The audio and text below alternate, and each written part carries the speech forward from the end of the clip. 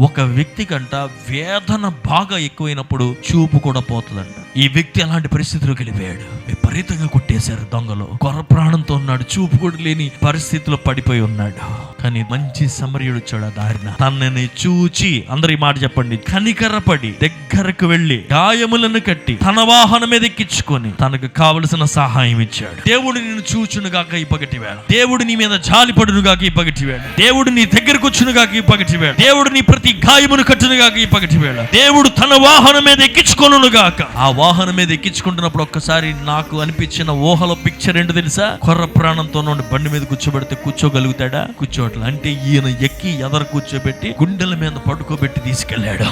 గుండెల మీద పడుకోబెట్టి తీసుకెళ్లాడు మంచి సమరయుడు. దానికంటే మించిన సమరయుడు అక్కడ ఉన్నాడు. రాకరి రక్తపు బొట్టిచ్చి ఆయన గుండెలో ఉన్న రక్తం ఇచ్చి మనల్ని కొని ఈ రోజున కాపాడి నడిపించే దేవుడు ఉన్నాడు ఆయన.